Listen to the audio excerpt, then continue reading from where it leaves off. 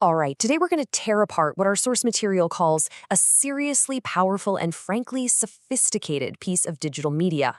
We're going to peel back all the layers to figure out exactly how this thing works and what it was really designed to do. So it all kicks off right here, October 3rd, 2025. This video just shows up, pinned to the top of General Michael Flynn's social media profile. And get this, the source says it racked up over 666,000 views in a single day. The caption? Just 3 simple words. Let's go. You know, to most people, this might just look like a really aggressive, slickly produced political ad. But for folks who've been deep in this world, the analysis we're digging into today sees it as something way, way bigger. As the source puts it, this wasn't just propaganda. It was a confession, an open admission of something that had been denied for years. So, how does a digital weapon like this actually work? Well, the source argues that to really get it, you have to break it down. I mean, literally, frame by frame. Every single cut, every image, every bit of sound is engineered to sneak right past your rational brain and hit you straight in the gut. The first act of this video is all about feeling. It starts with these warm, fuzzy, golden hour shots of a kind of mythical, perfect America. But this isn't just some random trip down memory lane. No. It's designed to set an emotional hook, to create this feeling of a perfect, idyllic past that, as you're about to see, is under attack and has to be fought for. Okay, this is where it gets really clever, because the video is basically speaking 2 languages at the same time.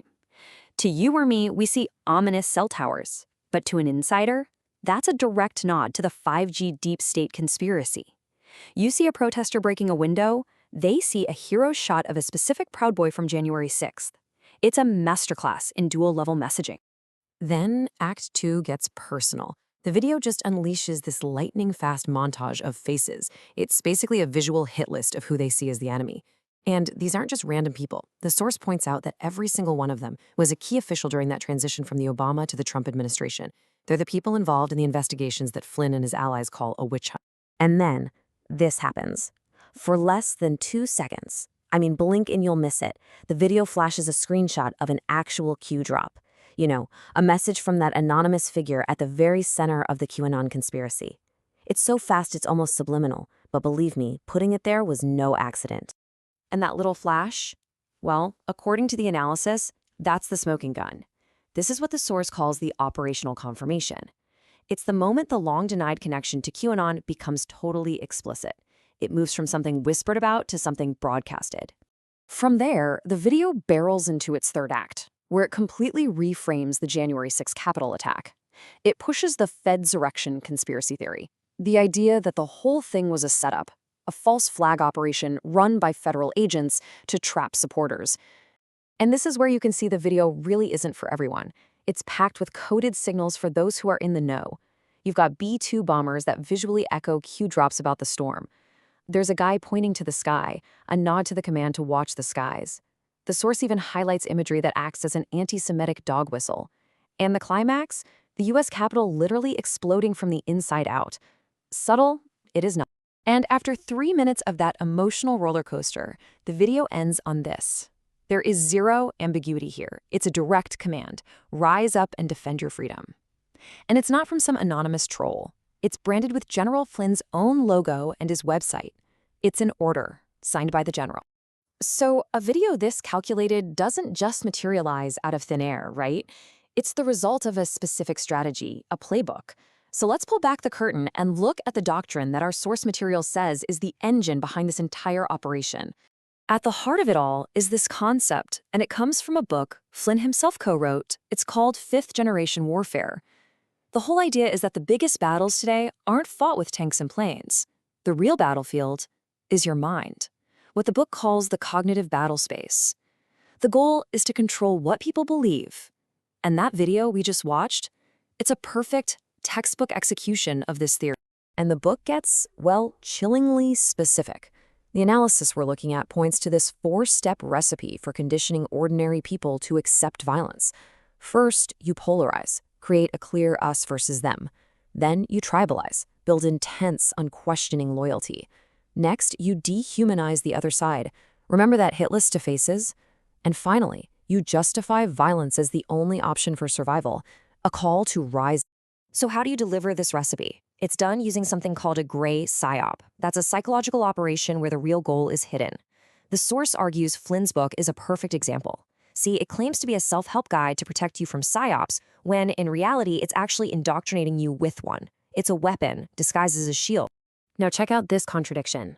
At the exact same time this video, full of QAnon symbols, is being pushed out, Flynn was in court suing a researcher for $50 million for, wait for it, linking him to QAnon.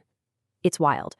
The source notes that a Florida court eventually called his lawsuit an abuse of the judicial process. He was basically creating evidence against his own case in real time. And that kind of bold legal move makes a little more sense when you remember his recent history. Back in 2017, Flynn pleaded guilty to lying to the FBI. But then, in a really unusual turn, the DOJ tried to drop the charges after he'd already pleaded guilty. The whole mess ended with a sweeping presidential pardon that wiped the slate clean for any and all possible offenses.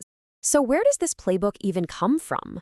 The source argues we need to look to Russia and its doctrine of non-linear warfare. This is a strategy where you win not by conquering territory, but by using propaganda and information warfare to get, as Flynn's own book says, control over what you believe. And that connection? It isn't just a theory. Here's that now infamous photo of Flynn sitting right next to Vladimir Putin at a fancy dinner in Moscow. He was paid tens of thousands of dollars by the Russian state propaganda network RT to be there. So according to the source, he didn't just study the playbook. He took a paycheck from its architects. So what happens when tactics like these, that used to be hidden in the shadows of spy agencies, are suddenly brought out into the open? What does it mean when this kind of war is being waged right in plain sight?